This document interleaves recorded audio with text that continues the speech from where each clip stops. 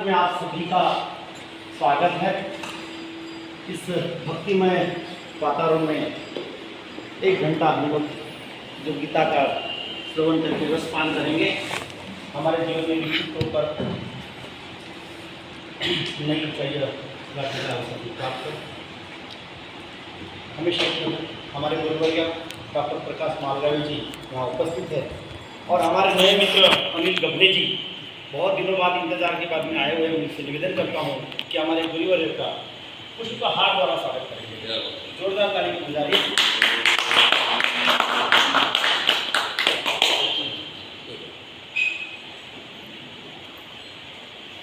आपको और भी बताना चाहता हूँ कि जो प्रभा आया है, जो हमारा रसपान ले रहे हैं, ये कोटा के राजस्थान की भूमि से आया है और जिन्होंने अपने बच्चों को ये संस्कार देकर, चाहे ऊंचाई कितनी भी हो, लेकिन हमारे पुरातन संस्कृति जुड़े हैं ये संस्कारों के साथ में। और यह आज बड़ा सौभाग्य की बात है कि माननीय मतानी साहब के पिताश्री यहाँ उपस्थित है। मैं उनसे निवेदन, मैं उनका पुष्पहार द्वारा स्वागत करता हूँ।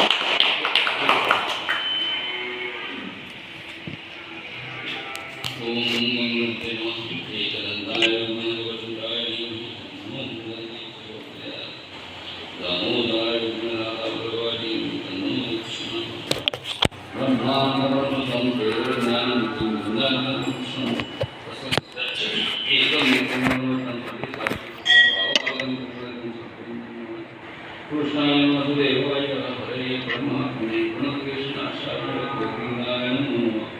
वासुदेवस्तं देवकं च शानन्दवर्धनं देवकी परमानन्दं वन्दे जगद्गुरुं। श्रीकृष्ण गोविन्द हरे मुरारी हे नाथ नारायण वासुदेव। श्रीकृष्ण गोविन्द हरे मुरारी हे नाथ नारायण वासुदेव।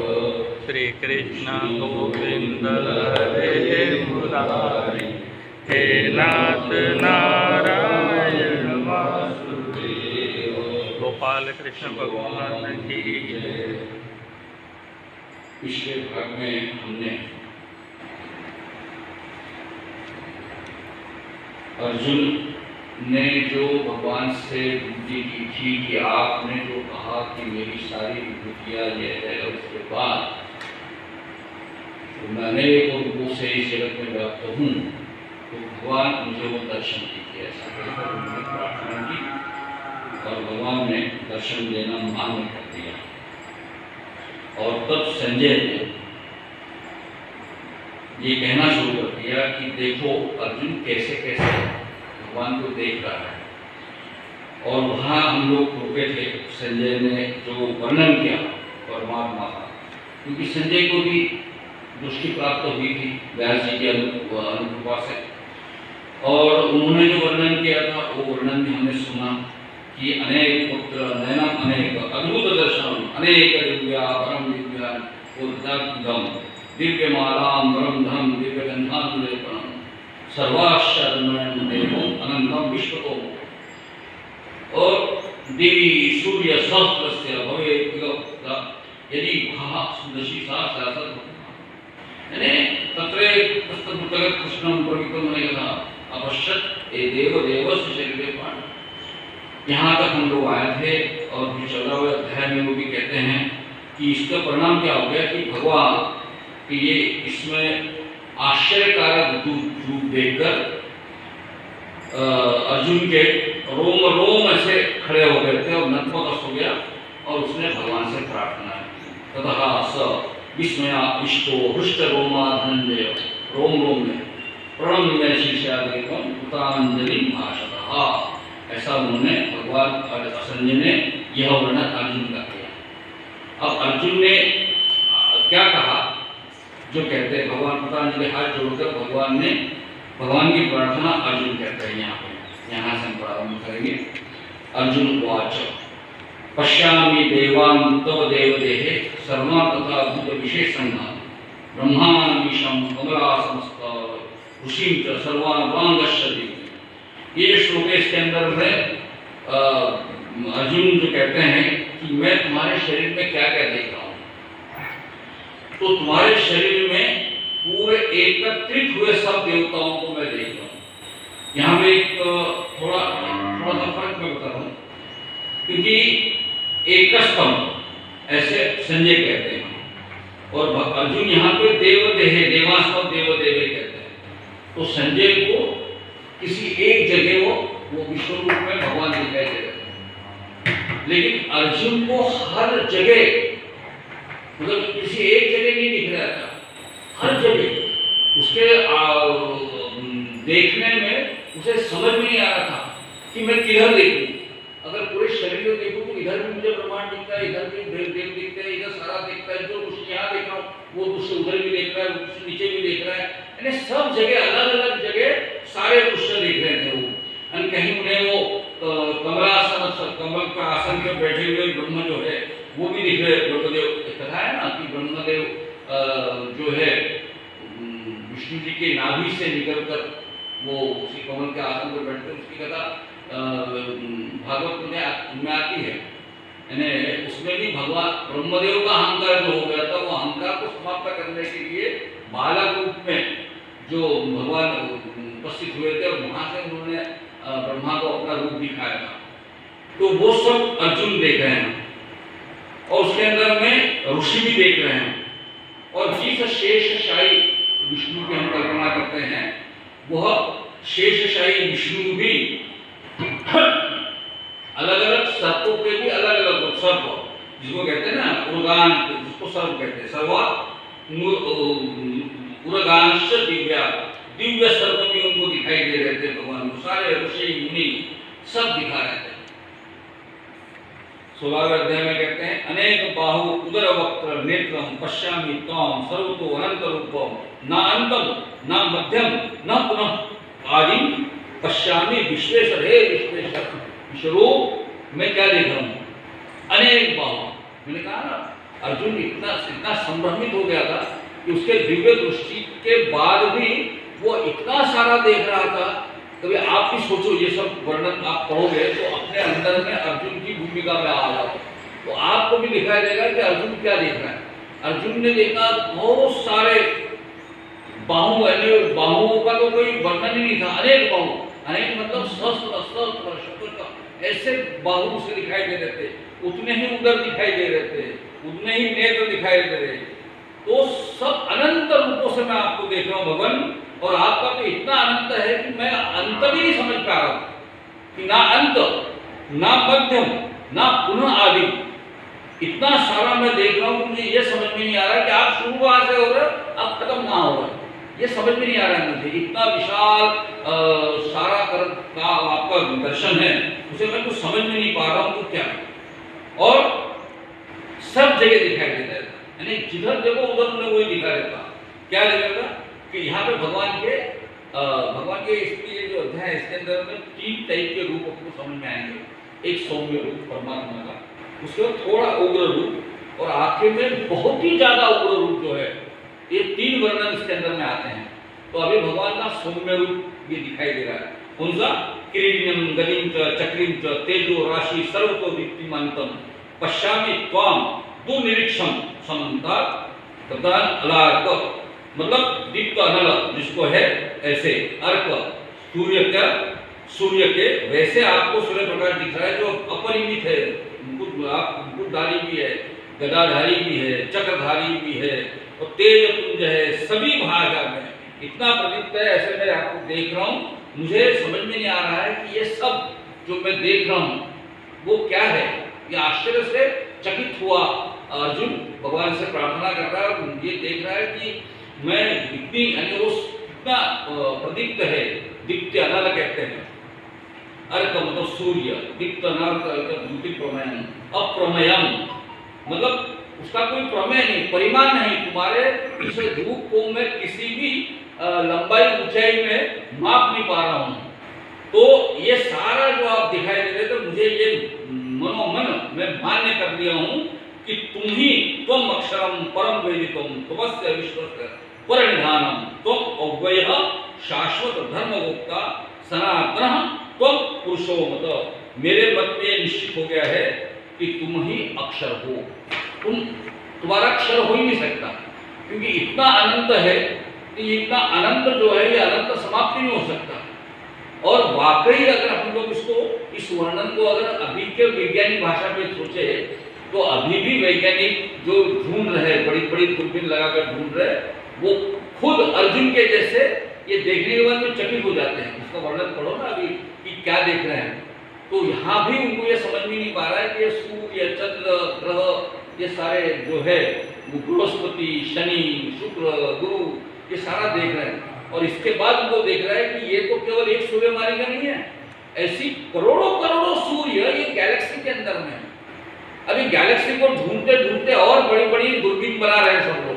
पहले तो हब्बल की दूरबीन हुआ करती है, जॉन वेब की एक दूरबीन बना ली जो अंतरिक्ष में स्थापित हुई है।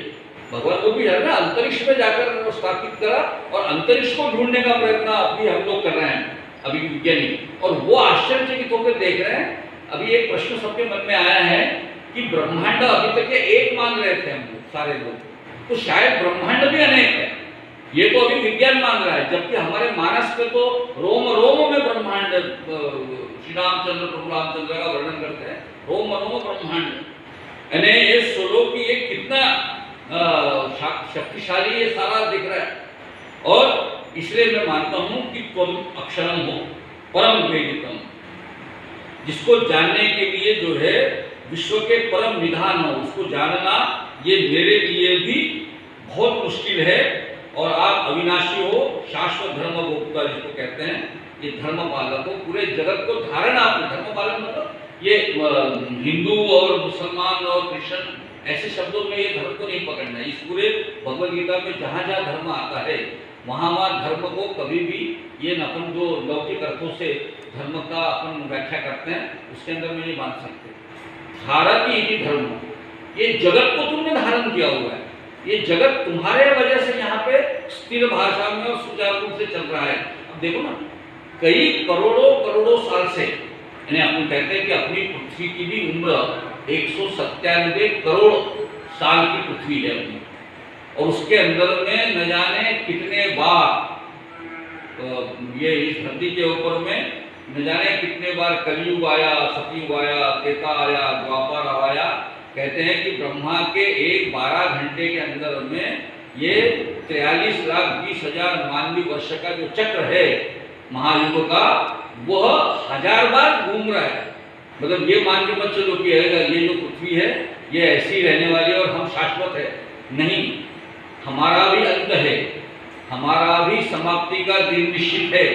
उसके बाद सारे जगत के अंदर में दिखने वाले जो सारे सृष्टि के सौंदर्य है ये भी समाप्त होंगे, लेकिन ये समाप्त इसलिए नहीं होंगे कि परमानेंट। उसके बाद फिर निर्माण, फिर सतयुग, फिर त्रेता, फिर द्वापर। वो उत्तर रामचरितमानस में काकभूषण जी ने कहा है कि मैं तो चिरंजीवी थे, वो उनको तो शंकर जी का आशीर्वाद था, वो मरने वाले नहीं थे।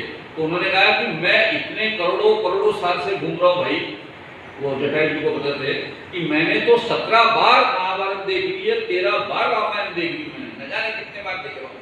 तो ये सारी घटना जो कंटिन्यूशन में होती है, ये जरूरी नहीं है कि ये कलयुग जाने के बाद में जैसे यहाँ हम लोग बैठे हुए हैं और सब सुन रहे हैं, तो जरूरी नहीं है फिर एक कलयुग आएगा, फिर हम में से हम सारे लोग उस युग में भी ऐसे ही बैठेंगे, मेरे से कथा सुनने लगेंगे। तो ये होते रहने वाला है, जगत में चलते रहने वाला है, ये समाप्त होने वाला नहीं है। और ये समाप्त कब होगा? ऐसे हजारों बार ये सारा जो है 43,20,000 का मानवीय वर्ष का काल 1000 बार जाएंगे, तब जाके ब्रह्मा जी रात में सोएंगे। अब सोएंगे तो सारा जगत उनके अंदर में विलीन हो जाएगा, और पूरे 12 घंटे तक, मतलब उतना ही 1000 गुणिला 43,20,000 साल के बाद फिर ब्रह्मा जी जागेंगे, और फिर एको हम भोस्याम, फिर उनके मन में भाव आएगा कि मैं फिर से जगत की रचना करूं, फिर जगत की रचना, जगत चलते रहने वाला। तो ये परम अक्षरम वेदितम ऐसे जान लेंगे। और तुम क्या हो, अनादि, मध्य, अंत, अनंत, अनंत वीर्य, मन अंत बाहु, शशि सूर्यम नेत्रम, पश्यामि त्वाम दीप्तभूषा त्रम स्वतेजसा विश्वमिदं तपन्तम। मतलब तुम आदि हो, मध्य हो, अंत रहित हो। यानी ये जो बारंबार मैं आपको बता रहा हूँ, ये सुनने के बाद में बहुत सारे श्लोकों के अंदर में बार-बार शब्द रिपीट होते हैं, बार-बार शब्द होते हैं। अनंत, आदि पहले भी कहा है, बाद में कहा है, बाद में शशि पहले भी कहा है, सूर्य बाद, ये सब मैंने ये समझ लो आप कि वो भूमिका में आओ, अर्जुन की भूमिका में अपने आप को फील करो तो लगेगा कि अर्जुन कितना चकित, आश्चर्यचकित हो गया, वो समझ में नहीं आ रहा मैं क्या बोल रहा हूँ। अपन नहीं कि अपने घर में कोई सांप निकला तो एकदम भयभीत हो जाते हैं हम लोग, हैं, और भयभीत हो जाते हैं बराबर, अरे सांप सांप सांप सांप सांप सांप, न जाने कितने बार सांप अपन मुंह से निकल जाता है। तो ये पुनरुक्ति नहीं होती है, हम कितना भी कहे एक बार सांप देख लिया, दोबारा कहा तो सांप बोल रहा है, एक बार देख लिया, ऐसा उसको नहीं बोलते, क्योंकि वो आश्चर्यचकित होकर न जाने कितने बार सांप कहता है। और कोई अच्छी चीज दिखी, जैसे आप घूमने जाते हो, आप लोग हरिद्वार गए थे, पहाड़ों को देखा, अरे बढ़िया है बॉस, कितना बढ़िया है ना, कितना अच्छा है, कितने बार कहते हैं आप लोग। अरे यहाँ पे अगर फूलों की अगर प्रदर्शनी ये किसी ने आयोजित की तो आप तो हर फूल के सामने खड़े होकर बहुत बढ़िया, दूसरे फूल के सामने खड़े होकर बहुत बढ़िया, तीसरे फूल के सामने खड़े होकर बोलते हो। तो अर्जुन की उस संभ्रमित अवस्था का आप एक अनुभव करो तो आपको समझ में आएगा कि ये कितना आश्चर्यचकित, उसका समझ में नहीं आ रहा मैं भगवान की स्तुति कैसे करूं, क्या बोलूं। अनंत, आदि, मंत, अनंत वीर्य, बहुत शक्तिशाली हो, और आप क्या हो कि तुमने क्या किया है भगवान, ध्यावा पृथ्वीरंतरम ही व्याप्तम तो एकेन दिशा च सर्वा तुष्टा अद्भुतम रूपम उग्रम तवेदम लोकत्रयम। अब यहाँ पे उग्रता के तरफ रुक जा रहा है। तो आपने भगवान की ध्यान, मतलब पूरा आकाश, पृथ्वी तक, ये सब जो है इसके अंदर में आपने सब बड़ा वर्णन भी बड़ा अजीब है। भगवान अर्जुन कभी कभी आदमी ही है ना, वो सामान्य जीव है, तो उसे ऐसा लगता है कि ये पृथ्वी जहाँ मैं खड़ा हूँ यहाँ से तो आकाश है, लेकिन वो फिर देखता है कि वहां भी तो पृथ्वी दिख रही है उसे, और वो पृथ्वी में भी आकाश वहां पे दिख रहा है, उसको समझ में नहीं आ रहा है कि मैं क्या देख रहा हूँ। इसलिए वो अपने मन से जो जो उसको समझ में आ रहा है, जैसे जैसे उसके आकलन की सीमा रेखा के बीच में आए वो कह रहा है। और आपके सारे ऐश्वर्य जो है वो अनंत है, और कभी भी जो है आपके बारे में जो जो मैं कुछ कहूंगा वो बहुत कम है, ऐसा तो अर्जुन कहता है। और यह अद्भुत रूप से देखकर ग्रहलोक भी, मतलब बड़ा अजीब शब्द है यहाँ पे, बड़ी सुंदर श्रीमद् भगवद गीता में बड़े अक्षर और शब्दों का और वर्णन जो है बड़ा सटीक है। लोकत्रयम प्रव्यथितम महात्मन 20वें श्लोक में आता है। तो बड़ा अजीब लगता है कि सृष्टि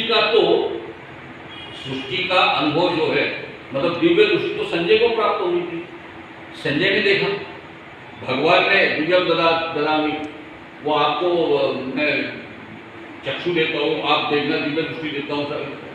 अब अर्जुन ये सारा संभ्रमित हो रहा है, देख रहा है, लेकिन वो ये भी देख रहा है कि सारे लोग जो है, तप लोग, महलोक, जनलोक, वैकुंठ लोक, गोलोक, जितने सारे जो लोग हम लोग मानते हैं अलग अलग सारे, वो सारे आपका ये अद्भुत और उग्र, यहाँ पे उसने उग्रता की तरफ इशारा कर दिया कि दुष्टा अद्भुतम रूपम उग्रम तवेदम लोकत्रयम प्रवचन महात्मन। हे महात्मा, तुम्हारे इस उग्र रूप को देखकर, अद्भुत रूप को देखकर पूरे ग्रहलोक वाले व्यतीत हो गए, सब ग्रहलोक परेशान है। तो यहाँ पे जो है केवल अर्जुन ही नहीं, तो बाकी लोगों के लोग जो है उसमें जो यक्ष गंधर्व किन्नर रहते हैं वो भी भगवान के इस रूप को देख रहे हैं। अब वो देख रहे हैं कि कैसे अपनी मालूम, क्योंकि उनको दृष्टि दिए कि नहीं मालूम नहीं अपनी, लेकिन अर्जुन के मुंह से ये लगता है, तो अर्जुन को ये दिख रहा है कि वो देख रहे हैं, और अर्जुन वो देखकर व्यतीत हो गया है। तो बहुत बार ऐसा लगता है कि वो सब लोग भी व्यतीत हो रहे हैं देखकर, जैसा मैं व्यतीत हो रहा हूँ या मैं भयचकित हो रहा हूँ, ये ऐसा फीलिंग अर्जुन को होता है, करके अर्जुन बोलता है वो भी व्यतीत हो रहा है। ऐसा होता है ना बहुत बार, आपने देखा ना, कभी आपने अनुभव किया है कि हम सब लोग जो है अलग अलग रूप में, अलग अलग देह में हैं लोग। और छोटी सी बात बताता हूँ मैं, आप अपने शहर में भी अनुभव कर लेना चाहिए कि एक साथ एक जैसी फीलिंग सबके अंदर में आती है, लेकिन कोई एक दूसरे को पूछता नहीं, करके पता नहीं चलता। कैसे मैं बताता हूँ, जैसे आपका मुसलमान में बंद कौन से दिन रहता है? शुक्रवार, फ्राइडे को बंद रहता है। तो कई बार आपने देखा होगा जिस दिन फ्राइडे बंद है उस दिन अचानक बहुत सारे लोग आवागमन कर रहे हैं, यहाँ से वहाँ जा रहे हैं, स्कूटर तेज चल रही है, लोग बहुत तेजी से भागदौड़ कर रहे हैं, जबकि बंद रहता है, समझे नहीं? और जिस दिन मार्केट का दिन हो तो बहुत देर तक आपको लगता है कि आज मार्केट जरा सुस्त है यार, अपना आपस में बोलते हैं आज मार्केट जरा सुस्त है, लोग नहीं दिखाई दे रहे। अगर ये सवाल आपने और किसी ने भी पूछा ना तो वो भी यही कहेगा, मजा नहीं आ रहा है मार्केट में, बड़ी सुस्ती दिख रही है, समझ नहीं आ रहा। ऐसा होता है क्योंकि एक साथ वातावरण में जो बदल होता है, एक साथ जो आप ही फील नहीं करते हो, दूसरा भी वही फील करता है, वो भी फील करता है। तो आपको ये लगता है कि जैसे आप पूछ रहे तो कैसे है, तो जैसे मुझे लग रहा है कि यार जरा उदास सा लग रहा है यार, तो आप देखना बहुत लोगों को उदास लगता हुआ लगता है कि इसको जो है इसको अच्छा बताओ, ये सारी चीजें हम कह रहे हैं, हमारे ग्रंथों में लिखा हुआ है जैसे मेरे अंदर में जो भाव है वही तेरे अंदर में है, यद पिंडे तद ब्रह्मांड है, भगवान के अंदर में जो भाव है वो मेरे अंदर में है, भगवान भी मेरे अंदर में है। इसलिए मेरे अंदर में जो चीज आती है, जो मैं कहूंगा वो सामने वाला कहेगा। बहुत होता है ना कि मेरे अंदर में मैं अगर भगवत्ता का एक कण मेरे अंदर में है तो वही भगवत्ता का कण तुम्हारे अंदर में भी है, लेकिन हमें यह पता नहीं चलता। ये कब पता चलता मालूम है क्या? जैसे आईने के सामने खड़े होकर मैंने कोई हरकत की तो आईने के अंदर में भी हरकत होती है, अंदर वाला भी करता है जो हरकत मैंने की। तो हम लोग भी, हमारे लिए भी आप आईना हो, मेरे अंदर में मैं हूँ, तुम्हारे अंदर में भी वही है, तो हम एक दूसरे के तो प्रतिबिंब है ना। तो इसका उदाहरण आपको पता लगेगा, आपने किसी को अरे बोला तो सामने वाला कार्य बोल देगा, क्योंकि रिएक्शन वो आपका प्रतिबिंब है ना। आपने सामने वाले को कहा कि तो बहुत मूर्ख है, तो आगे आपको बोलेगा तू भी बहुत बेवकूफ है, बोलेगा वो, क्योंकि वो रिएक्शन देगा इमीडिएट। और जो तुमने रिएक्शन, जो एक्शन की, ये तो न्यूटन ने कहा action and reaction are equal and opposite, वो तो न्यूटन ने ढूंढा। ये तो हमारे शास्त्रों में लिखा हुआ है कि तुम जो कहोगे वही सामने वाले से रिएक्शन आएगी। इसलिए हमेशा मैं कहता हूँ लोगों की तारीफ कर दिया करो, तो तुमको अपनी तारीफ करने की आवश्यकता नहीं है। ये तो बहुत लोग अपने तारीफ में बीत रहे थे, मैं तो ऐसा हूँ ना, मैं तो ऐसा हूँ, मैं तो आसमान को दूंगा, दुनिया बदल दूंगा मैं। अरे भैया तू अपने चक्कर में मत पड़, तू अपनी तारीफ स्वयं मत कर, तू दूसरों की तारीफ करना शुरू करते हैं कि कामी जी कितने बढ़िया है। अगर राणा जी ने कहा कामी जी आप कितने बढ़िया है, तो गारंटेड बता रहा हूँ कामी जी कहेंगे बहुत बढ़िया आदमी है, क्योंकि रिएक्शन है तुम्हारे अंदर में जो है वही सामने से रिफ्लेक्ट होकर आएगा। ये इको है, दुनिया पहाड़ों पे जाते हैं लोग और हेलो कहते हैं तो सामने से इको क्या आता है, ये इको है। तो हमारे अंदर में अगर ये इको करवाना हो तो हमने लोगों की तारीफ कर देनी चाहिए। तो ये सब भगवान इसलिए अर्जुन को ये दिखाई देता है, ये सारे ग्रह के ग्रह लोग जो है वो व्यतीत हो गए हैं, क्योंकि उसे दिख रहा है, क्योंकि वो अच्छा इसको साइंस भी मानता है आजकल। अगर आप विज्ञान के नए अगर शोध सुनो अभी, जिसको 2002 में शायद 2017-18 में जिसको नोबेल प्राइज मिला, उसका शोध जो है वो वही क्वांटम एंटेंगलमेंट में है। और उसने ये ढूंढा क्वांटम एंटेंगलमेंट, ये नया शब्द अभी प्रस्तावित हो रहा है कि किसी और के मन में भी जो भाव हो, मुझसे दूर भी है, तो मेरे अंदर का उसके प्रति जो भाव है वो उसके अंदर में भी उठता होगा। तो हम से क्वांटम जो है, हम क्वांटा है, हम क्वांटा मतलब पार्टिकल्स, हम पार्टिकल से बने हुए हैं। तो हम जैसे पार्टिकल से बने हुए हैं, हमारे अंदर में उसको बिल्डिंग ब्लॉक कहते हैं, ये पूरे पार्टिकल जो उसको बिल्डिंग ब्लॉक कहते हैं। तो ऐसा ही बिल्डिंग ब्लॉक कहीं सामने है और हमारे अंदर में जो भाव है वो भी उसके अंदर में है। यानी धीरे धीरे अध्यात्म की मूल अवधारणा के साथ विज्ञान स्पीड कम है, क्योंकि उनकी स्पीड इसलिए कम है कि जो भी वो सोचते हैं उनको सिद्ध करने का प्रयत्न करते हैं। और ऋषि मुनि जो होते हैं, सिद्ध साधु मुनि संतगण होते हैं, उनको किसी को सिद्ध नहीं करना पड़ता, वो फील करते हैं, उनको समझ में आ जाता है कि क्या है। तो इसलिए उनको समझ में आ गया कि वो सोचना शुरू कर देते हैं। इसलिए ज्ञानेश्वर मौर्य बोलो या संत नामदेव, इतना जो सारे लोग हैं वो उसी तरीके से मन में ये भाव लेकर चलते हैं कि परमात्मा मेरे अंदर में। तो उनको सब जगत में वो नहीं कि कुत्ते के पीछे भी घी की रोटी लेके दौड़ने वाले संत महात्मा हमने देखे हैं, क्योंकि वो फील करते हैं कि वही है। और मेरा तो मानना ऐसा है कि जितना आप ये फील करोगे, समझे नहीं, उतना आपके अंदर में भक्ति का भाव जागृत हो जाएगा। अभी यहाँ पे भक्ति का भाव जो है वो अर्जुन के अंदर में आ रहा है।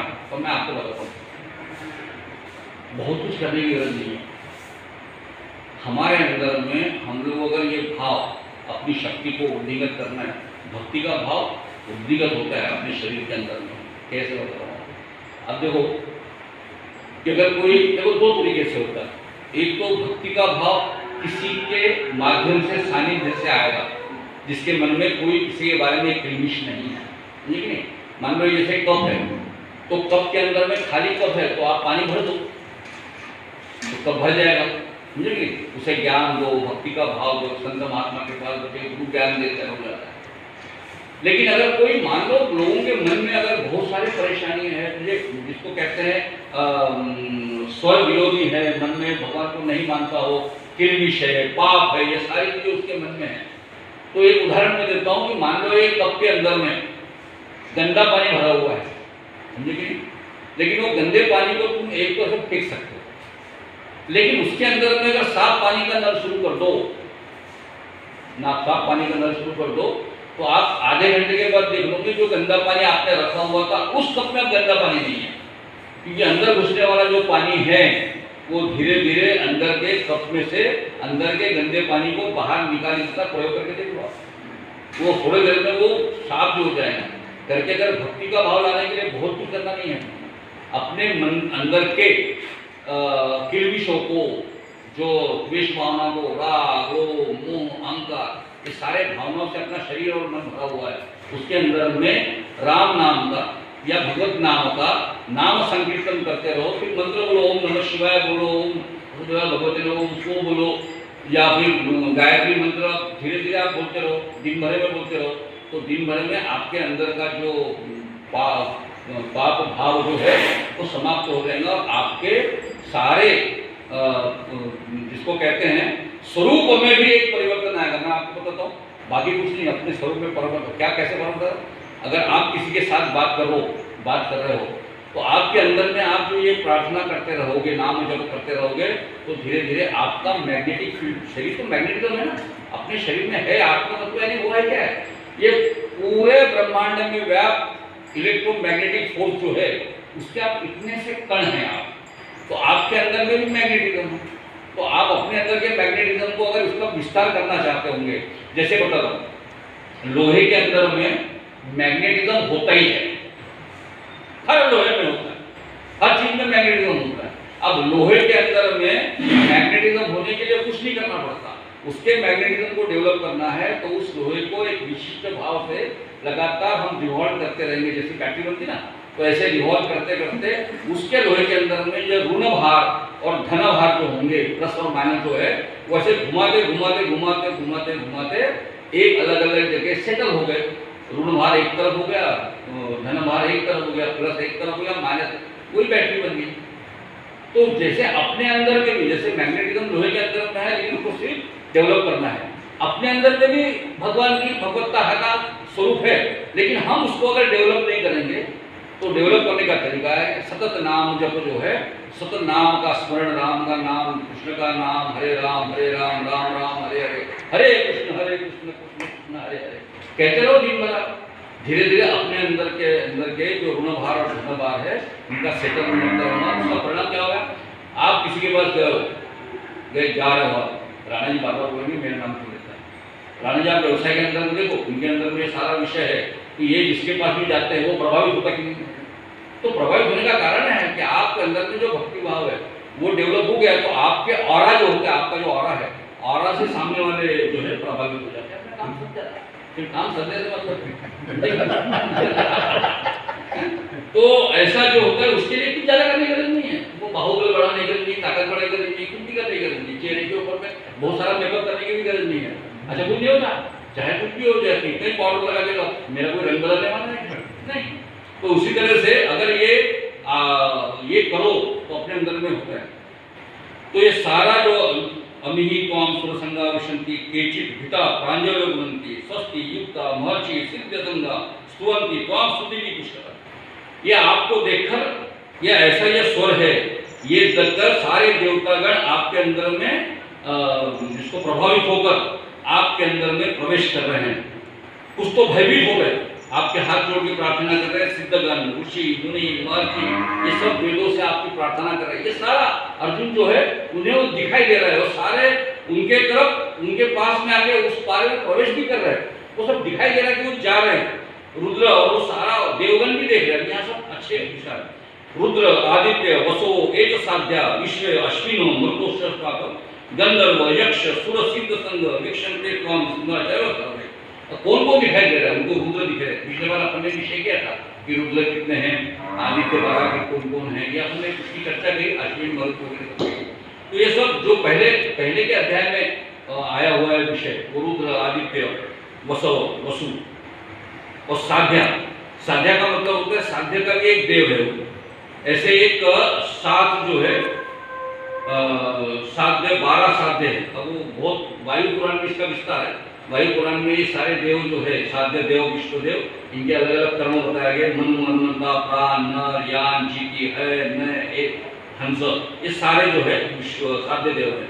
विश्वदेव बोले तो क्रतु, दक्ष, श्रव, सत्य, काल, काम, धुनि, ये सारा विश्वदेव है। अपने पितर होते हैं, काव्य, वाह, अनल, सोम, अर्यमा, अग्निपाल और वर्ष, ये ऐसे सारे पितर होते हैं। और ये सारे पितर जो है, और आपका अश्विन जो है, मरुदगण, 50 मरुदगण है, वो सारा वायु पुराण में अगर आप देखेंगे 16वें अध्याय पूरा विस्तार के साथ में ये सारे देवताओं के वर्णन इसके अंदर में आपको मिलेंगे। और मरुतश्च उष्मपाश्च, उष्मपा मतलब अपने पितरों के बारे में कहते हैं। कि उष्मपा इसलिए कहते हैं उसको कि पितरों को हमेशा गर्म खाना दिया जाता है। पिंड जानते देखिए, वो चावल हम ताज़ा बना के गर्म गर्म उसको वहाँ पर रखते हैं हम लोग, तो कहते हैं वो पितर जो होते हैं हमेशा गर्म अन्न खाते हैं करके, उनको उष्मपा बोलते हैं। तो ये सारे जो है आपको देख रहे, सारे सिद्धगण जो है वो देवता आपको विस्मतश्चैव सर्वे, सब विस्मित होकर आपको देख रहे हैं। रूपम महत्ते बहुवक्त्र नेत्रम, महाबाहो बहुबाहु उरुपादम, बहुउदरम, बहुदृष्टाकरालम, दुष्टा लोका प्रवृत्ता तथा अहम, मैं भी। और सारे ग्रह लोग जो है बड़े विचलित हो रहे हैं क्या देखकर कि आपका रूप विशाल रूप, रूपम महते। अब यहाँ पे भगवान के आकार का विस्तार बताया, विस्तार जिसको कहते हैं ना, रुंदी बोलते हैं हम उसको, रुंदी रुंदी चौड़ाई को, सॉरी मैं बहुत बार क्या होता है मराठी वाला होने की वजह से। तो रूपम बहुत रूप जो है, बहुवक्त्र नेत्रम, महाबाहु, यहाँ भी रूप रिपीटेशन, वो समझ में नहीं आ रहा उसमें क्या क्या बोलूं। बहुवक्त्रम नेत्रम, महाबाहु, बहुबाहु, उरु पादम, जंघा, पांव, उदर, बहुदृष्टा कराले, तुम्हारे दांत वो दिखाई दे रहे, और इतने भयंकर रूप से दिखाई दे रहे कि वो मुझे समझ में नहीं आ रहा। तो उसकी विस्तार बताया उन्होंने, चौड़ाई बताई भगवान की यहाँ पे। लेकिन अगला श्लोक जो है वो ऊंचाई बताता है। नभस्पर्शम दीप्तम अनेक वर्णम, व्याख्यानम दीप्त विशाल नेत्रम, दृष्टा ही त्वाम प्रवज्ञांतरात्मा धृति न विद्यामि शवम च विष्णु। हे विष्णु, मेरी मानसिक जो संतुलन है वो मुझे समझ में नहीं आ रहा है कैसे हो रहा है। ये आपको नभस्पर्शम मतलब आपका अब बड़ा अजीब है, आकाश को स्पर्श करने वाला है। नभस्पर्शम तेजस्वी दीप्तम अनेक वर्णम, अनेक रंग के, और वो आपका जो मुंह है व्याकानम दीपा, ये आपका जो नेत्र है वो पूरा खुला हुआ आनंद, दीप्त आनंद, व्याकानम मतलब खुला हुआ आपका मुंह जो है वो दिखाई दे रहा है मुझे। और आपके जो नेत्र है विशाल नेत्र हैं, ये सारे लोग जो है, सारी आत्माएं जो है यह मुझे दिखाई दे रहा है। उससे मैं बड़ा ये हो रहा हूँ, विचलित हो रहा हूँ, समझ में नहीं आ रहा क्या। और हे सर्व विष्णु, तेजस्वी वर्ण से तुम, और इतने विशाल हो। अच्छा प्रश्न है कि उसके मन में आकाश भी दिख रहा है, मतलब एक तो कहते हैं कि मुझे उसकी सीमा रेखा समझ नहीं आती। देखो बड़ा कैसे कंफ्यूजन में अर्जुन है। एक तो कहता है कि मुझे तुम्हारा आदि भी समझ में नहीं आ रहा है, अंत भी समझ में नहीं आ रहा है, मध्य भी समझ में नहीं आ रहा है, और तुम्हारी ऊंचाई है कि आकाश को तुम। तो वो उस समय अर्जुन के रूप में, सामान्य रूप में, कि उसे मालूम है मैं पृथ्वी में खड़ा होकर देख रहा हूँ, तो उसे ये कल्पना कर रहा है कि तुम्हारा तो आकाश को स्पर्श कर रहे हो। अच्छा, आकाश को कोई स्पर्श नहीं कर सकता। एक बार देखो, आपने कई बार देखा होगा कि हम जिसे आसमान कहते हैं ना, जिसको नीला कहते हैं, ये नीला तो 30-35 किलोमीटर का है। उसके ऊपर जब 3-4 किलोमीटर का है, उसके ऊपर जब देश विदेश जाने वाले वायुयान जो है, विमान जो जाते हैं ना, आप में से कई लोग गए होंगे फॉरेन में वगैरह वगैरह, तो वो समझ में आता है कि एक बार ये सब पार करने के बाद में जब आप ऊपर सेटल हो जाते हो तो नीचे आपको बादलों की एक ऐसी लेयर दिखाई देती है। बादलों की, देखा आपने, बादलों की लेयर दिखाई देती है और लगता है कि ये लेयर तो मैंने नीचे देखी नहीं। नीचे तो हम जब थे तब हमको नीला दिखाई दे रहा था, और ऊपर आओ तो नीचे बादलों की सफेद परत है और फिर नीला ऊपर दिखाई दे रहा है। इसका मतलब क्या है कि ये नीला क्यों दिखाई देता है कि ये पूरे वातावरण में जो कण है, इधर के जो कण है, उसके अंदर में सूरज की रोशनी के कण जब जाते हैं उसका वर्ण नीला हो जाता है सूरज के वजह से। अदरवाइज ये पूरा काला है, पूरा व्योम जो है तम के साथ में, अंधार जिसको कहते हैं, अंधेरा है उसके अंदर में, लेकिन सूरज की रोशनी उस कणों में जाती है करके हमें नीला वर्ण दिखाई देता है। तो ऐसे जो आकाश है, पूरे आकाश के साथ में आप आकाश तक पहुंचे हुए हो, ऐसे आपके जो है विशाल नेत्र है वो सब देख रहे, तो मुझे समझ में नहीं आ रहा है कि मैं अपना धैर्य जो है धृति न विन्दामि शमम च विष्णु, मैं अपना धैर्य भी समझ पा रहा हूँ और मेरी जो शमम मतलब मेरी जो मानसिक संतुलन है वो भी मैं ठीक कर नहीं पा रहा हूँ। तो भगवान का वर्णन करते समय इधर में चौड़ाई बता दी, लंबाई बता दी, और बाद में अभी उग्रता की तरफ दृष्टा करालानी चते मुखानी दृष्टैव काला नर सन्निभानी। ये जो आपका है काल अनल मृत्यु रूप अग्नि है, ऐसा आपका रूप आपके मुख से निकल रहा है सारा, और दांत देखो तो करालानी, दंत करालानी जब खाएं, आपके मुख में जो दांत भी है वो भयंकर रूप से दिख रहा है, और आपके मुंह से जो है ऐसा लगता है जैसे अग्नि की काल अनल अग्नि जो मृत्यु के रूप की अग्नि जो है वो बाहर सारी दिशाओं में, और दिशा भी समझ में नहीं आ रही कि मैं ये कर लूं।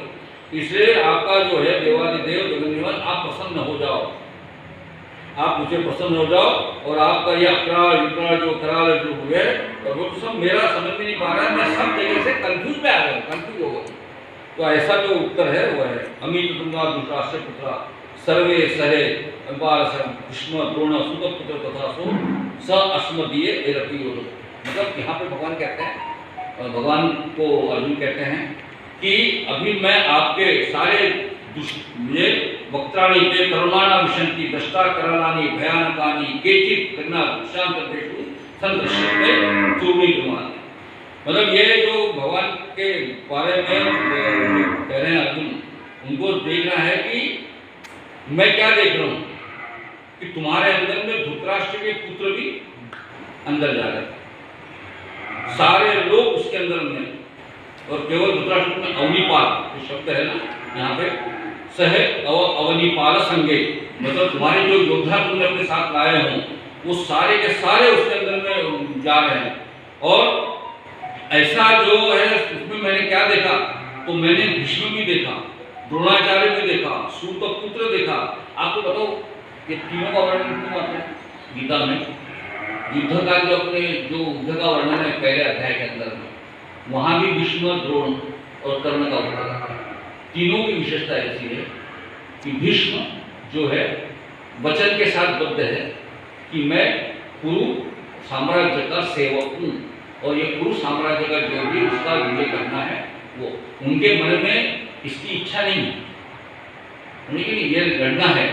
जैसे वो बाहुबली में कटप्पा नहीं है, कटप्पा वो कहता है कि मैं तो इस उत्तर राज्य महिष्मती राज्य के साथ में जुड़ा हूँ, तो ऐसा वो कटप्पा के जैसे भीष्म और द्रोण है वो जुड़े हुए अपने कर्म के साथ में, अपने निर्णय के साथ में कि मैं इस राजघराने के साथ में रहूँगा। तो उसके साथ कर्तव्य के भावना से जो लोग हैं वैसे ये दो लोग दिखाई देते हैं। बाकी लोग तो दुर्योधन वगैरह तो लालसा के कारण, जमीन की इच्छा के कारण, और विवेकहीन जो धृतराष्ट्र है आप में अंधा होने की वजह से विवेकहीन जो है उसकी सब लालसा लोभ मोह के कारण युद्ध हुआ। उसके साथ युद्ध में द्रोणाचार्य ये तो खैर वो सेवक थे, वो जैसे संस्था चालक के यहाँ पे नौकरी करने वाले शिक्षक होते भी नहीं, वो चाहे कुछ भी होते अपने संस्था चालक ने जो बोला वो मान्य, उसके साथ जुड़ रहना, वो जो लिख के देंगे वो जब को पढ़ा है ना। तो वैसे वो संस्था चालक क्या काम करने वाले द्रोणाचार्य है, तो शिक्षक है। वैसे ये भीष्म जो राजा के साथ जुड़े हुए कटप्पा जी अपने, और उसके बाद ये द्रोण जो है, अब ये जो मित्र है कौन, कर्ण, ये कर्ण भी मित्र है, क्योंकि उसको इज्जत किसी और ने नहीं दी। सबने तो द्रौपदी ने सुत पुत्र बोल दिया था ना, सुत पुत्र है तेरे को शादी नहीं करूंगी, उस समय आता नहीं। उसी तरह से यह केवल उसको दुर्योधन ने ये दिया, समर्थन दिया, तो पक्का दोस्त हो गया ना। तो उसने इतना ही किया था कि मैं तेरे साथ रहूंगा, तू जैसे जैसे करेगा वैसे। तो उसके सारे कर्म के साथ में, कर्तव्य भावना के साथ में, अपने मन में कोई लालसा या आकांक्षा न रखते हुए करके हमेशा ये तीनों का वर्णन जो है वो अक्सर आता है। तो ऐसा कहते हैं कि मैं तो उनको देख रहा हूँ भीष्म द्रोण, और ये भी कहते हैं, समझे कि नहीं, जो अपने भी जो है अस्मय दिए, ये जो शब्द है स अस्मय दिए अपनी योद्धा मुखे, मतलब हमारे भी योद्धा जो है मर रहे हैं। तो बड़ी मजा है, सिर्फ इसमें पांडव नहीं दिखाई देते, लेकिन तो जिसे अर्जुन ने मारना तय है, जिसके हाथों से अर्जुन या 5 पांडवों के द्वारा जिनकी मृत्यु निश्चित हो गई है, वही सब वहां पे उसके मुख में प्रवेश कर रहे दिखाई दे रहे, पांडव नहीं दिखते, क्योंकि वो मरने वाले नहीं है। उस युद्ध में जाने वाले, युद्ध में उनका अंत नहीं होने वाला है, अंत नहीं होने वाला है। तो वो जो है वो दिखाई दे रहे भगवान को, तो अर्जुन को दिखाई दे रहे कि उनके मुंह से वो सारे लोग चले जा रहे हैं उसके मुंह के अंदर में। और ऐसे जो राजा है ये सारा, और मतलब उसका वो दृश्य ऐसा दिख रहा है कि कुछ राजा तो सीधे मुंह के अंदर में घुस रहे हैं, और कुछ लोग जो है योद्धा जो है उसके दांतों में जैसे अनाज के अंदर फंसे हुए होते ना, ऐसे उनके सर वर, तो वो कितना भयंकर उग्र रूप का वर्णन किया है यहाँ पे। सौम्य रूप तो हमने देख लिया, अब ये ऊपर करते हैं कि ऐसे दिखाई दे रहे हैं जैसे तुम्हारे काल दांतों के अंदर में बहुतों के सिर जो है वो चूरा चूरा हो रहे, चूर्ण तेरे उत्तम होंगे, सारे अंग जो है वो चूर्ण चूर्ण हो रहे, पत्थर पर उनके जो सर जो है और वो जो सारे अंग है तुम्हारे दांतों के अंदर में जैसे कण फंसे रहते हैं वैसे फंसे हुए वो, यानी कितना भयंकर दूसरा इसको दिखा रहे हैं। और इसके अंदर में 2 श्लोक बड़े सुंदर है। यथा नदीनां बहो अम्बुवेगा समुद्रम एव अभिमुखा प्रवन्ति तथा तवामी नरलोकवीरा विशन्ति वक्राणि अभिविजन्तरे। ऐसे आपके मुंह में जो अग्नि प्रज्वलित हो गया है, वैसे उस मुख के अंदर में वो प्रवेश कर रहे हैं। कैसे प्रवेश कर रहे हैं? जैसे जैसे यथा नदीनां बहो अम्बुवेगा, मतलब वे बहुत मतलब प्राणी का जो प्रवाह है वो बड़े अनेक अनेक नदियों के पानी जो है समुद्र में जाते हैं, वैसे समुद्र में एवं अभिमुखा द्रवंती, समुद्र में अंतर में जा रहे हैं। वैसे सारे नरवीर जो लोग हैं, नरवीर लोग जो है वह आपके मुंह में प्रवेश कर रहे हैं। अब ये सारे नरवीरों के बारे में जो उल्लेख है ना, वो दुर्योधन वगैरह वगैरह नहीं है। ये दोनों भीष्म, कर्ण और जो उनके सगे संबंधी जो है, जो अर्जुन इस पांडव कुल के साथ में जो लड़ रहे हैं उनके बारे में है, वो नरवीर है। क्यों कर रहे हैं? जैसे समुद्र में नदियां जाती है। ये उदाहरण बड़ा सुंदर, देखो दृष्टांत बड़ा सुंदर है। नदियां जैसे समुद्र में जाती है तो क्या होती है? वो समुद्र बन जाती है। मैंने अपना शेर लिखा था उसके ऊपर में, मैंने पढ़ा था कि कतरा कतरा ही रहा, ये मैंने इसके बारे सुना था, ये बड़ा अच्छा लगता है। ये कतरा कतरा ही रहा समंदर से जुदा होकर, और कतरा कतरा न रहा समंदर में फना होकर। जो कतरा रहता है समंदर में जाने के पहले एक बूंद रहता है, उसका अस्तित्व बूंद के रहता है, लेकिन जैसे ही वो बूंद समुद्र में चले जाता है तो वो बूंद नहीं रहता, वो खुद समुद्र बन जाता है। तो ऐसे सारे नरवीर जो लोग हैं, जैसे नदी बहाव बह रही है तो वो सारे वहां पे जा रहे हैं। मतलब क्या हो रहा है? द्रोण, भीष्माचार्य, ये क्या हो रहा है? ये प्रत्यक्ष परमात्मा का स्वरूप लेने वाले हैं करके ये उदाहरण उल्लेख जो है यहाँ पे दृष्टांत दिया है। तो यहाँ पे व्यास जी ने कहो या भगवान के दृष्टांत निकला वो ये है कि ऐसे सारे जो नरवीर लोग हैं जो मेरी भक्ति करते हैं, जो मेरे प्रति श्रद्धा का भाव रखते हैं, उनका अंत कैसे होता है? जैसे सारी नदियां समुद्र में जाके मिल जाती है, ऐसा उनका अंत होगा, ऐसे को मोक्ष मिलेगा। लेकिन उन लोगों के बारे में क्या, जो ऐसा नहीं करते? अगला श्लोक है उनका यथा प्रदीप्तम ज्वलनम पतंगा विशंति नाशाय समृद्ध वेगा तथैव नाशाय विशंति लोका तवापि वक्त्राणि समुद्र वेगा। तो ये सारे समुद्र के वेग से जो है बड़े समुद्र वेग मतलब बड़े समृद्ध वेगा समृद्ध वेग।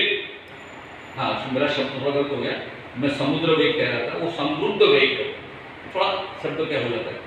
तो ऐसे बड़े वेग के साथ में जो उसके मुंह में प्रवेश कर रहे उनका हाल क्या हो रहा है, किन लोगों का, तथैव नाशाय विशंति लोका, बाकी लोग जो है उनका परिणाम क्या हो रहा है, उनका परिणाम जैसे दिए के ऊपर में पतंगा दौड़ता है अंधेरे में। अगर आप मालूम है पतंगा देखते हैं दिए के ऊपर में रहने वाले जो लोग हैं, और जहाँ पे तो खैर दिए के हेलोजन के ऊपर में, इन दोनों में आप काफी देखोगे बरसात होने के बाद में वो जो पतंगे हैं वो पैदा होते हैं और शहर में सारे दिए के ऊपर रहते हैं, अपने घर में उड़ जाते हैं, घर का दरवाजा बंद करना पड़ता है, नहीं तो वो है दिए के साथ रहते हैं।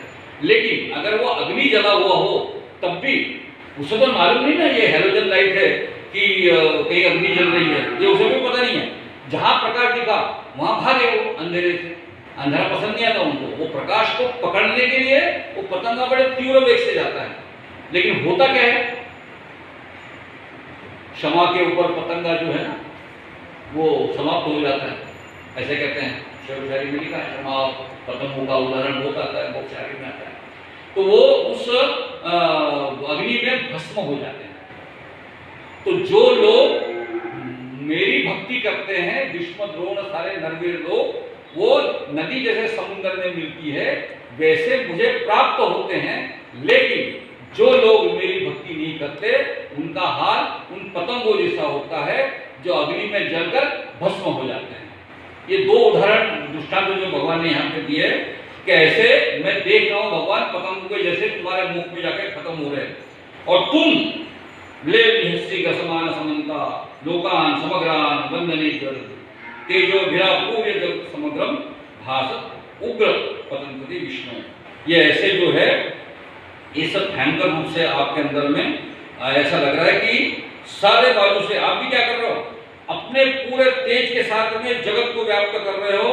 आपके किरण जो है वो सब जगह ऐसे बिजली जैसे कड़कती वैसे कर रहे हो, और आपका मुख जो है इस सारे आपके मुख में जा रहा है, सारा जगत जो है आपके मुख में जा रहा है, कि मर रहा है, कि कुछ हो रहा है, कि टुकड़े हो रहे हैं, सब हो रहा है। उसके बाद क्या हो रहा है कि आप भी जो आपके छूते हुए इधर उधर जा रहे हैं, तो आपके मुंह में जा रहे हो। जैसे होता है ना माटे इसको बोलते हैं, माटे जैसे खड़ा होता है, कहीं हवा जाती रहती है, भगवान तो वो हवा को भी इधर उधर जाने नहीं दे रहे। अर्जुन क्या देख रहा है कि तुम्हारे मुख में जाने से जो बचकर इधर उधर जा रहे हैं उनको भी तुम अपने जवान से पकड़ पकड़ के चाट रहे हो उधर में, ऐसा खटाखट कल्पना अपने आंखों के आगे कल्पना लाओ कि वो भगवान का वो दूसरे भगवान को कर रहे हैं, हाँ पकड़ रहे इधर पकड़ रहे ना, उनके मुंह में अनेक मुख है, अनेक जीवा है, अनेक दांत है, अनेक बाहु, अनेक उदर, कितना है अनेक उदर, वो सारे इससे जो इधर उधर भाग रहे हैं। यानी ऐसे लग रहा है, उसका वर्णन बड़ा सुंदर है जी, ऐसा लग रहा है जैसे सूर्य किरण। ये सूर्य किरण जो होता है ना, सुबह सुबह अगर आपने खिड़की से आने वाले सूर्य किरण को देखा हुआ आपने, अगर वो कोई अगर कवर सा जिसको बोलते हैं सबकी किरण हल्की सी आती है ना, उसके अंदर में देखो, उसके अंदर में से न जाने कितने कण ऐसे घूमते हुए दिखाई देते हैं, ऐसे माइंड पे आप देखो। तो वो जो कण है वो कण जैसे है वैसे मुझे ये सारे लोग, सारे ब्रह्मांड तुम्हारे मुंह के अंदर में घूमते हुए दिखाई दे रहे हैं, और सारे ब्रह्मांड के ब्रह्मांड तुम्हारे मुंह के अंदर में जाते हुए दिखाई दे रहे हैं। ये सारा जो मामला है वो जो है इस तरीके से है। और मैं अब यहाँ प्रश्न पूछते हैं भगवान को, भगवान ये सब कौन है आप? आपका आख्यायी में को भगवान उग्र रूपो नमस्तुते देव और प्रश्न विज्ञातुम इच्छामि, मुझे जानने की इच्छा हुई है कि आप कौन हो। भूनतम आद्यम नहीं प्रजानामि, तो किस विचार से आप इस दुष्ट को मांगा? तो खुद अर्जुन ने देखना, खुद अर्जुन चाहता है, समझे कि नहीं? लेकिन उससे समझ में नहीं आता ये क्या हो रहा है। उसका सारा जो वर्णन दिखाई दे रहा था ना कि वो कंफ्यूज, भयचकित, आश्चर्यचकित, परेशान, जिसका मानसून संतुलन हो गया। अब होगा ना इतना भयानक गुस्सा, आप कल्पना करो तो आपको भी समझ में नहीं आता ये सब क्या हो रहा है। तो वो आप तो नहीं देख रहे हो, समझे कि नहीं, सिर्फ पढ़ रहे हो, तो भी आपके आंखों के आगे सारा अगर चित्र खड़ा होता तो आप भी कंफ्यूजन में आओगे कि ये सब क्या हो रहा है। और वहां पर दस्तूर खुद जो है अर्जुन खड़ा हुआ है, वो कितना कंफ्यूजन हो गया है। और वो इसलिए कहता है कि मुझे बताओ कि उग्र रूपधारी, क्योंकि उसकी कल्पना नहीं की थी।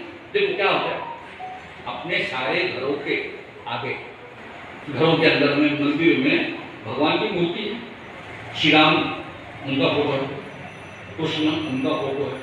उनके फोटो सामान्यतः कौन से रहते हैं? गदा चक्र, 4 हाथ, एक कमल, एक हाथ में कमल, एक हाथ में गदा। ये नॉर्मल भगवान की अपनी मूर्ति का हम लोग अपने दर्शन किया है हर जगह पे। राम है तो उसके हाथ में धनुष होगा, कृष्ण होगा तो उसके हाथ में बांसुरी होगी। ये तो भगवान को देखने की इच्छा, आपकी विभूतियों को देखने की इच्छा करने वाला अर्जुन को ये उम्मीद नहीं थी कि भगवान इनका खतरनाक आइटम पेश करेगा। कि भगवान जो खतरनाक आइटम पेश कर दिया भगवान ने, इसकी उम्मीद नहीं थी ना। तो उसे ये समझ में नहीं आता कि मैं भगवान के रूप में जिसको देखता हूँ ये वो नहीं है। लेकिन भगवान तो कह रहे हैं कि मेरे को देख, मेरी विभूतियां देख, मेरी दिव्य दृष्टि देता हूँ, देख मुझे। तो मैंने जो सोचा वो ये नहीं है।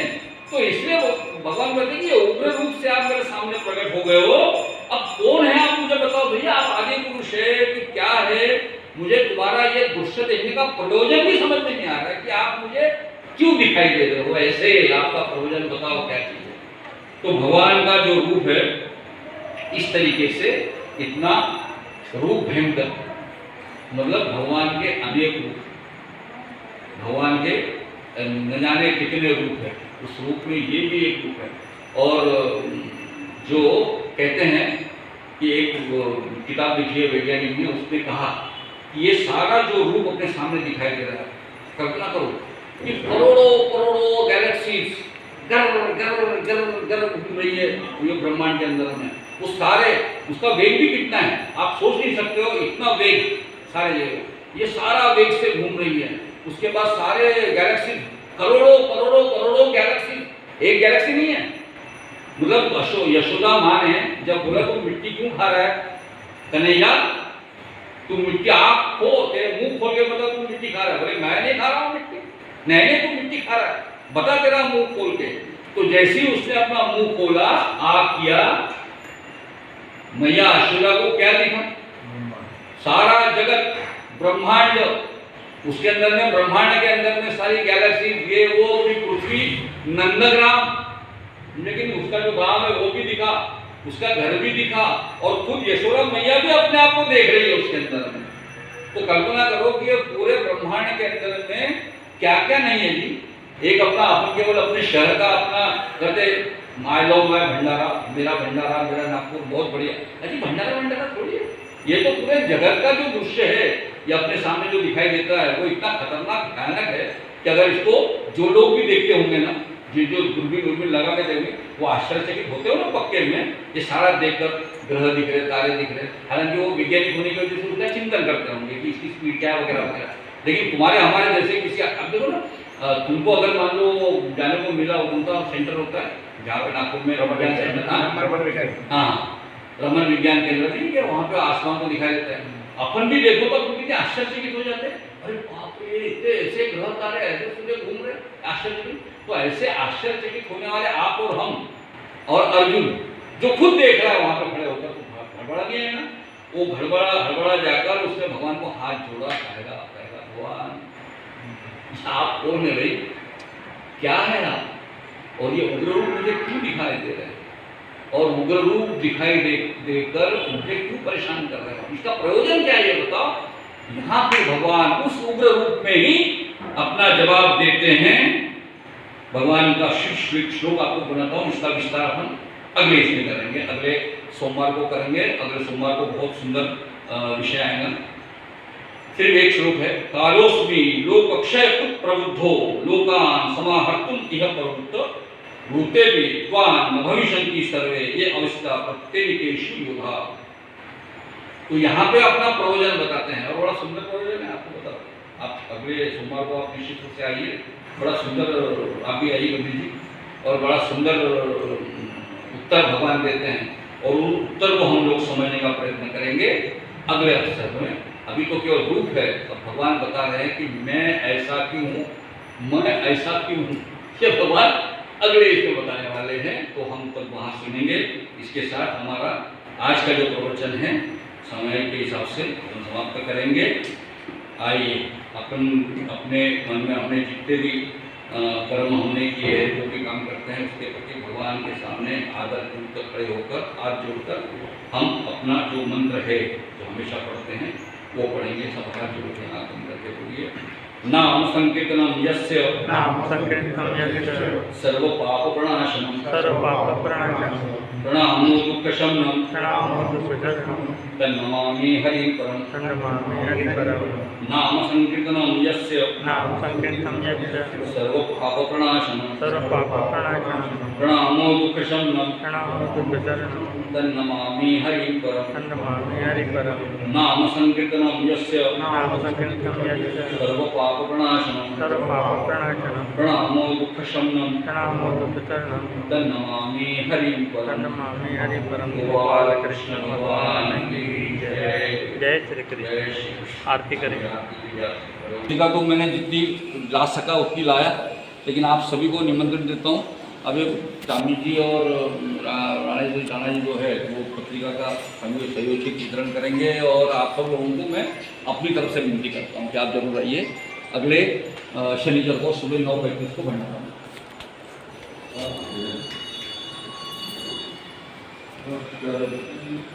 कपूरगौरं करुणावतारं संसारसारं भुजेन्द्र सदा वसन्तं हृदयारविन्दे भवं भवानी चरितं नमामि।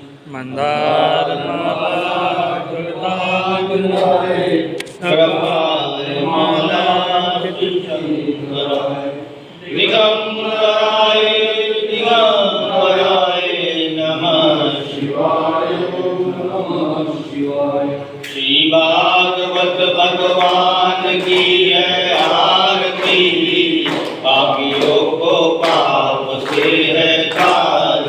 श्री भागवत भगवान की है आरती, पापियों को पाप से है तार। ये अमर ग्रंथ ये मुक्ति पंथ ये पंचम वेद निराला, नवज्योति जगाने वाला। ये अमर ग्रंथ ये मुक्ति पंथ ये पंचम वेद निराला, नवज्योति जगाने वाला। हरि नाम यही हरि ध्यान यही हरि नाम यही हरि ध्यान यही। जग के मंगल की आरती, पापियों को पाप से है तार। श्री भागवत भगवान की है आरती, पापियों को पाप से है तार। ये शांति गीत पावन पुनीत पापों को मिटाने वाला, हरि दर्श कराने वाला। ये शांति गीत पावन पुनीत पापों को मिटाने वाला, हरि दर्श कराने वाला। ये सुख करणी ये सुख हरणी ये सुख करणी ये सुख हरणी। श्री मधुसूदन की आरती, पापियों को पाप से है तार। श्री भागवत भगवान की है आरती, पापियों को पाप से है तार। ये मधुर बोल जगवंत खोल सतमार्ग बताने वाला, बिगड़ी को बनाने वाला। ये मधुर बोल जगवंत खोल सतमार्ग बताने वाला, बिगड़ी को बनाने वाला। श्री राम यही घनश्याम यही श्री राम यही घनश्याम यही। श्री प्रभु की महिमा की आरती, पापियों को पाप से है तार। श्री भागवत भगवान की है आरती, पापियों को पाप से है तार।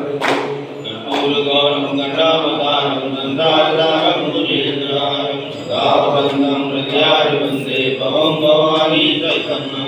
कंडारमालाय कृपालकाय कृपालमाला श्रीचन्द्राय दिगंबराय दिगंबराय नमः शिवाय ओम नमः शिवाय त्वमेव माता च पिता त्वमेव बन्धुः सखा त्वमेव विद्या द्रविणं त्वमेव सर्वं मम देव चेत् गुरुर्ब्रह्मा गुरुर्विष्णु गुरुर्देवो महेश्वर गुरुर्साक्षात् परब्रह्म तस्मै श्री गुरुवे नमः। बोलो गोपाल कृष्ण भगवान की जय, राधा कृष्ण भगवान की जय, बंसी वाली की जय, लाल की जय, आज के आनंद की जय, पूज्य गुरुदेव की जय, सभी भक्तों की जय जय श्री राधे राधे राधे। जय। आप बहुत सुंदर लगा, एकदम बढ़िया।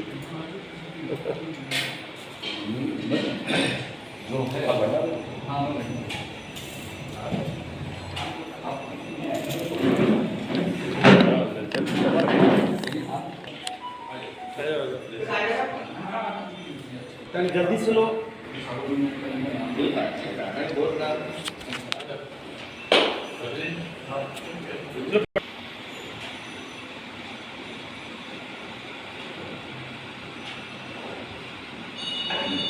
दवा कौन सा आपको बीच में था कोरोना पड़ता ये दोनों भी ऐसे पकड़ा था। मैं बहुत देर तक इसके ऊपर वंस मोर है।